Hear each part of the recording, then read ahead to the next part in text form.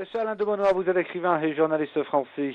Merci beaucoup d'avoir eu la gentillesse d'accorder cet entretien à la radio francophone iranienne. Monsieur de Benoît, votre analyse est sur ces négociations qui ont eu lieu à Genève entre l'Iran et le groupe 5+1, s'il vous plaît. Je pense que c'est en soi une bonne chose, dans la mesure où, quand il y a des négociations, cela prouve que les différents protagonistes acceptent de se réunir autour d'une table et de parler. La négociation est toujours préférable à l'anathème et à la sanction.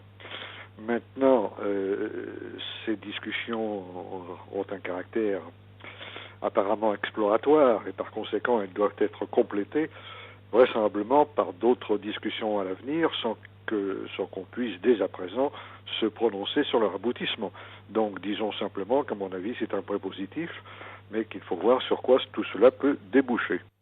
Monsieur de Benoît, tout récemment, il y a quelques jours, lors en fait de la réunion du dialogue de Manama, la secrétaire d'État américaine, Madame Clinton, a dit que les États-Unis pourraient accepter le droit de l'Iran à enrichir de l'uranium dans l'avenir, si par exemple l'Iran parvient à rassurer la communauté internationale. Et là aussi, Madame Catherine Ashton qualifie ces négociations de substantiel.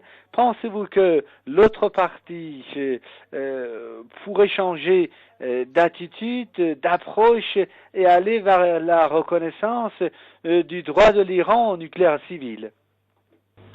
Je crois que c'est extrêmement difficile à dire car il y a visiblement à la tête de l'administration américaine une très grande indétermination et une très grande hésitation.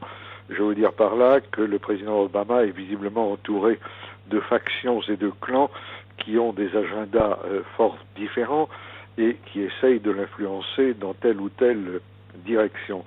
Malheureusement, ce n'est pas le dossier lui-même qui pose un problème, car je suis convaincu qu'une négociation permettrait effectivement d'éclaircir les choses.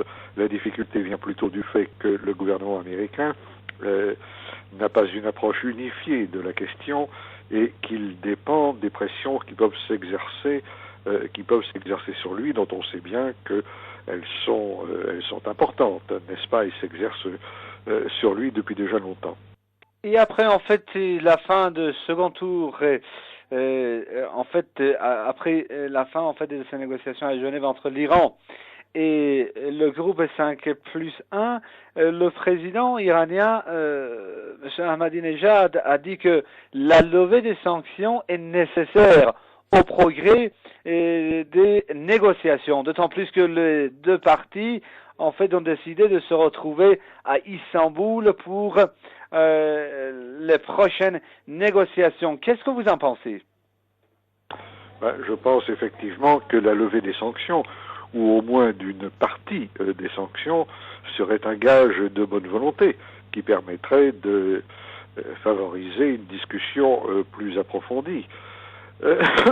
Bien entendu, ceux qui organisent les sanctions peuvent considérer que des gages de bonne volonté doivent être donnés de part et d'autre, mais les sanctions sont suffisamment diversifiées précisément pour qu'une partie tout au moins puisse être levée.